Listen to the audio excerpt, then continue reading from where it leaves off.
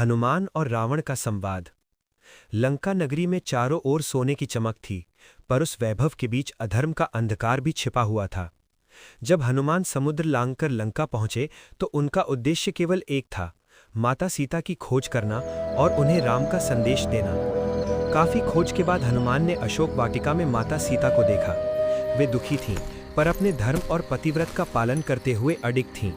हनुमान ने उन्हें राम का संदेश दिया और विश्वास दिलाया कि शीघ्र ही श्रीराम उन्हें मुक्त कराने आएंगे। इसके बाद हनुमान ने सोचा कि लंका के राजा रावण को अपनी शक्ति और श्रीराम की महिमा का एहसास कराना आवश्यक है। उन्होंने अशोक वाटिका को उजाड़ दिया और कई राक्षसों को परास्त किया। अंततः इंद्रजीत ने उन्हें ब्रह्मास्त्र से बांध लिया और वे जानबूझकर बंदी बन गए ताकि उन्हें रावण के दरबार में ले जाया जा सके। रावण का दरबार अत्यंत भव्य था। सोने के सिंहासन पर बैठा रावण अत्यंत घमंडी और तेजस्वी दिखाई देता था। उसके 10 सिर और 20 भुजाएं उसकी शक्ति का प्रतीक थीं। जब हनुमान को उसके सामने लाया गया तो रावण की आंखों में क्रोध की ज्वाला भड़क उठी। रावण ने कठोर स्वर में पूछा, हे वानर, तू कौन है और मेरी लंका में उत्पात मचाने का साहस कैसे किया? हनुमान ने बिना किसी भय के उत्तर दिया, मैं श्रीराम का दूत हूं। मैं यहां माता सीता की खोज में आया था। तूने उनका हरण करके बहुत बड़ा अधर्म किया है। रावण यह सुनकर हंस पड़ा और बोला, राम, एक साधारण मनुष्य, क्या वो मुझसे युद्ध करेगा?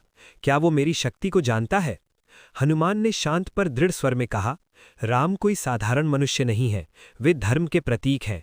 उनकी शक्ति और पराक्रम का अंदाजा लगाना तेरे लिए संभव नहीं है। यदि तूने सीता माता को सम्मानपूर्वक लौटा दिया तो तेरे लिए यही उचित होगा। रावण का अहंकार और बढ़ गया। उसने गर्व से कहा, मैंने देवताओं को पराजित किया है, मुझे कोई नहीं हरा सकता, न देवता न मनुष्य। हनुमान ने उत्तर दिया, अहंकार ही मनुष्य का पतन का कारण बनता है। अभी भी समय है, तू श्रीराम की शरण में आ जा।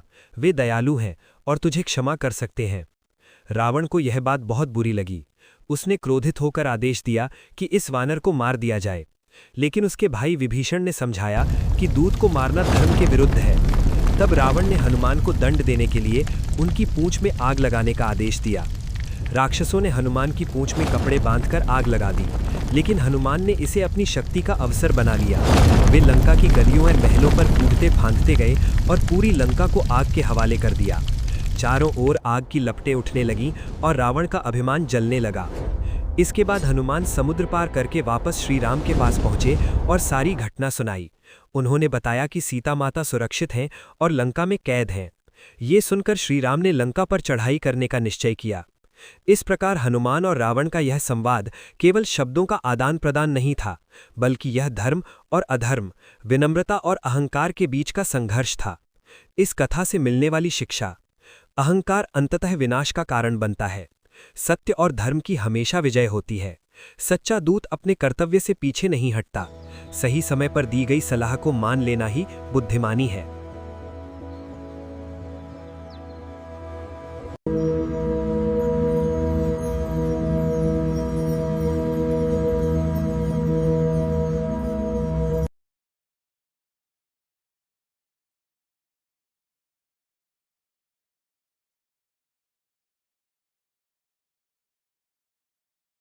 ब्रह्मा जी को सृष्टि के रचयिता क्यों कहते हैं? ब्रह्मा जी हिंदू धर्म में सृष्टि के रचयिता माने जाते हैं। वे त्रिदेवों में से एक हैं। ब्रह्मा जी का जन्म, पुराणों के अनुसार जब कुछ भी नहीं था तब केवल भगवान विष्णु क्षीर सागर में शेष नाग पर योग निद्रा में थे। उनकी नाभि से एक कमल निकला और उसी कमल से ब्रह्मा जी का जन्म हुआ। सृष्टि की रचना, जन्म के बाद ब्रह्मा जी को ये समझ नहीं आया कि वे कौन है और उनका उद्देश्य क्या है। तब उन्होंने तपस्या की। तपस्या के बाद उन्हें ज्ञान प्राप्त हुआ और उन्होंने आकाश, पृथ्वी, जल, अग्नि और वायु 5 तत्व बनाए। मनुष्य, पशु, पक्षी और अन्य जीवों की रचना की। 4 वेदों की रचना की, ऋग्वेद, यजुर्वेद, सामवेद, अथर्ववेद। ब्रह्मा जी ने सबसे पहले मनु और शतरूपा को बनाया, जो मानव जाति के प्रथम स्त्री पुरुष माने जाते हैं। इन्हीं से आगे पूरी मानव जाति की उत्पत्ति हुई। 4 मुखों का रहस्य, ब्रह्मा जी के 4 मुख यानी हेड्स होते हैं। कहा जाता है कि ये चारों दिशाओं में ज्ञान और वेदों का प्रतीक हैं। एक कथा के अनुसार ब्रह्मा जी और शिव के बीच ये विवाद हुआ कि कौन श्रेष्ठ है। तब शिव जी ने एक अनंत ज्योतिर्लिंग का रूप लिया और कहा जो इसका अंत ढूंढ लेगा वही श्रेष्ठ होगा। ब्रह्मा जी ऊपर की ओर गए, विष्णु जी नीचे की ओर गए। ब्रह्मा जी को अंत नहीं मिला, लेकिन उन्होंने झूठ बोल दिया कि उन्हें अंत मिल गया है। इस पर शिव जी ने क्रोधित होकर ब्रह्मा जी को श्राप दिया कि उनकी पूजा पृथ्वी पर बहुत कम होगी। ब्रह्मा जी की पूजा। इसी श्राप के कारण ब्रह्मा जी के मंदिर बहुत कम है। भारत में उनका सबसे प्रसिद्ध मंदिर ब्रह्मा मंदिर पुष्कर में है। चैनल को लाइक और सब्सक्राइब करें।